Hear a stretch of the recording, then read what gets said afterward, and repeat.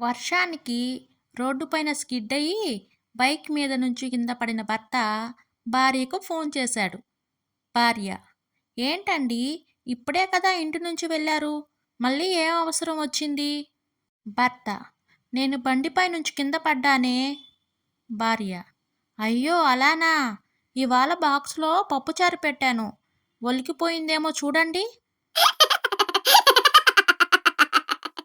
భర్త: ఏమోయ్, chess board మీద గడ్డి ఎందుకు వేశావు?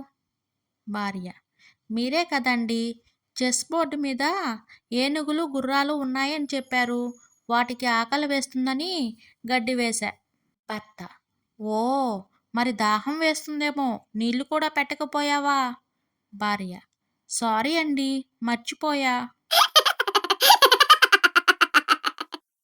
ఏంటి కొండయ్య గారు, ఇంతకు ముందు వరకు పిల్లల్ని స్కూల్ దగ్గర మీరే దింపేవాళ్ళు కదా, ఇప్పుడేంటి స్కూల్ బస్ కోసం ఫీజు చెల్లిస్తున్నారు అని అడిగాడు సుబ్బారావు.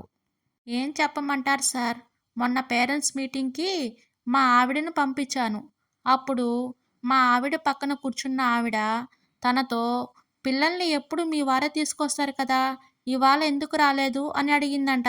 ఆ ఒక్క మాటకు స్కూల్ బస్సు ఫీజు కట్టాల్సి వచ్చింది అని క్లారిటీ ఇచ్చాడు కొండయ్య. లాయర్: జడ్జి గారు, ఇతడు నా క్లయింట్ పుష్పను కంట్రోల్లో పెట్టి ఆమెను అసలు మాట్లాడకుండా చేస్తున్నాడు, ఇతడిని కఠినంగా శిక్షించాలని కోరుతున్నాను. జడ్జి: ఇంతకీ అతడు ఆమెకి ఏమవుతాడు?